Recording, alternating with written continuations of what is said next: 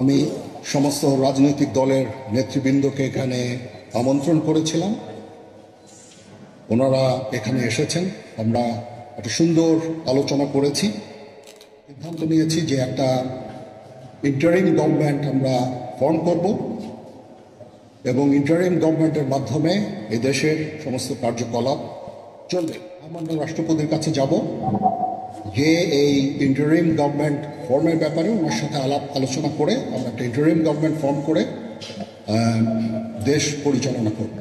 আমি আপনাদের কথা দিচ্ছি, সমস্ত হত্যা, সমস্ত অন্যায়ের বিচার আমরা করব।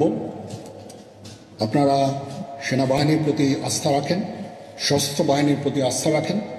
দায়িত্ব দিচ্ছি, আপনাদের জানমাল এবং আপনাদেরকে আমি কথা দিচ্ছি যে আপনারা আশাহত হবেন না।